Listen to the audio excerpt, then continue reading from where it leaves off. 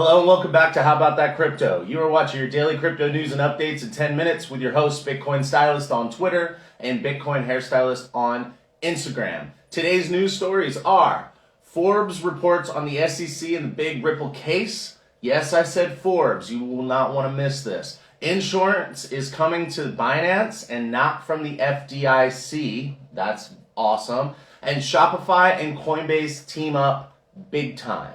If you like or don't like the content, please let me know by subscribing, leaving a comment. Click on the link in my bio if you're watching on Instagram, and go to the YouTube channel and click subscribe. It helps support me and it doesn't cost you anything.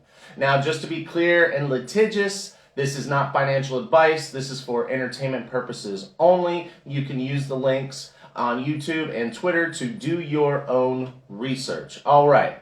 Now, as I told you last week, there's an executive order expected to come this week, maybe next week. Forbes.com reports, after years of abuse of crypto investors and innovators, the credibility of the Securities and Exchange Commission is in tatters. The Biden news didn't happen in a vacuum. Fellow Democrats in Congress have called for a wholesale crackdown against crypto, even portraying digital stablecoins as Frankenstein's monster that must be hunted down.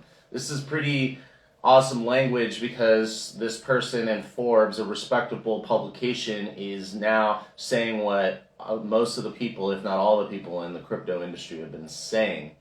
And they go on to say, Fed Chairman Jerome Powell already set the stage for concern at a House meeting on FinTech last summer when he said CBDC could eliminate the need for cryptocurrencies. It seems Democrats took this as a green light on the path to prohibition. Now, that said, Jerome Powell has come out recently and said stablecoins and CBDCs can live together and coexist. So I don't know if this is completely accurate or just using to make a point. Now, it goes on, and so it all started under the Trump administration when the Commissioner Robert Jackson publicly stated that the SEC purposely avoided clarity on what makes digital asset a security in lieu of talking to the market. Well, this talking became confusing guidance, and I've talked about the different speeches from Hinman and Clayton. Well, check this out. It goes on to say, this is quotes, "Betrust by dozens of arbitrary enforcements which in themselves demonstrate a case of immense unchecked power." So this person that's writing this clearly doesn't think that the SEC is doing a very good job at building trust from the citizens it's supposed to protect. Now, as I mentioned in the past, Hinman's speech declared Ethereum safe. Hinman is a former SEC commissioner, and he did a series of speeches, and he said that these are his personal opinions, but then he said, use the word we a lot. So I'm going to kind of dive into that a little bit more. He said, due to sufficiently decentralization, this and other guidance led many to believe other tokens were not securities, including XRP. XRP is the token that is issued by Ripple Labs. Ripple Labs is being sued by the SEC. If you're just joining me, this is news to you. You can go back and watch any of the episodes that talk about the SEC because this is basically the biggest thing I've been talking about. This lawsuit should be setting judicial precedent unless there's an act of Congress, although an act of Congress could even come after judicial precedent and change that ruling, or not, at least set up a law to where that precedent doesn't matter. Now, to continue on, so this lawsuit I've been talking about, Hinman said it's his own view, and then said we, as in the SEC, and this is, I'm going to read you a little excerpt from the article. At a later appearance at Georgetown Law School, Hinman said his speech was where we expressed to the world that we didn't view Ether as a security as it was then currently being offered. We also last summer spoke a little bit more about how we are looking at Ether and Bitcoin, and we made it very clear that we don't see a reason to regulate those as securities. Now, who actually thinks that that is his own opinions if he's talking about that? Come on. All right, so moving forward, He wasn't alone. Jackson, which is, I said earlier, was another commissioner at the SEC.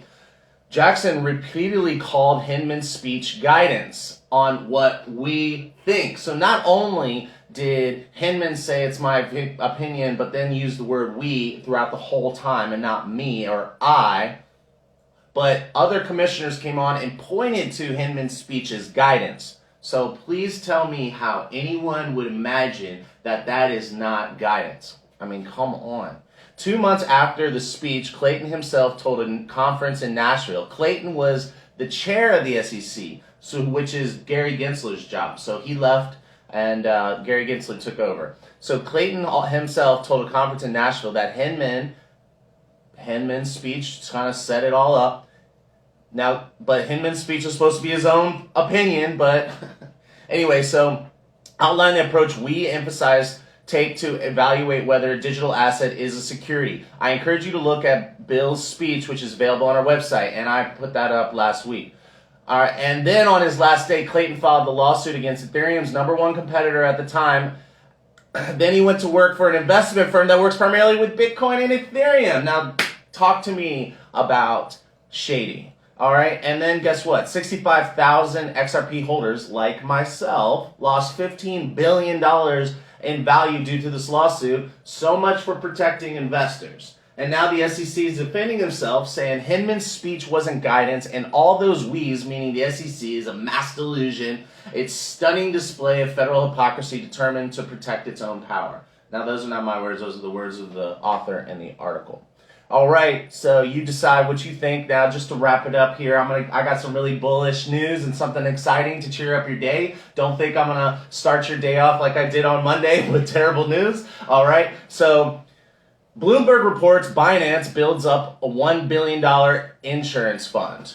And Binance is the world's largest crypto exchange by trading volume. This is going to reassure users, reassure regulators. Hacks make everyone very uncomfortable that you could just lose all your money. Well, you can now leave your money on Binance and know that it's insured and not by the FDIC. I guess you don't need the FDIC as long as a company wants to continue to be around, because if they're not insuring people's money and people are getting hacked and losing their money, guess what? People are going to leave. So then the business will go under. So that makes sense. And Binance also goes another step further and calls on other exchanges to do the same and prove it by showing the wallet. So Binance is saying, hey, we got all this money and look at these 2 wallet addresses, and you can see, like, we're not just making it up. Transparency. You know what I'm saying? And then the last piece of information, Seeking Alpha reports that Shopify and Coinbase Global tighten decentralized finance relationships. The CEO of Shopify joins Coinbase board of directors. The concept, and the CEO of Shopify is quoted as saying, the concepts of decentralized finance and entrepreneurship exemplify the promise of Web3, where opportunity exists for the many, not the few. And he continues on, Coinbase and Shopify share this like-minded vision, and I'm excited to join the board to support the future that Brian and the Coinbase team are building. And guess what? Shopify accepts more than 300 cryptos through a couple of different platforms. So you can already shop with crypto. Utility, bullish, all this in the midst of a sell-off. So what does that tell you? That tells you, barring some dystopian authoritarian move by the government, which I'm going to keep the faith in the system that it won't happen, and if it does, then we can fight it. So in the midst of all this sell-off, all this crazy stuff all this awesome stuff is happening, and users are being reassured, and it's all bullish.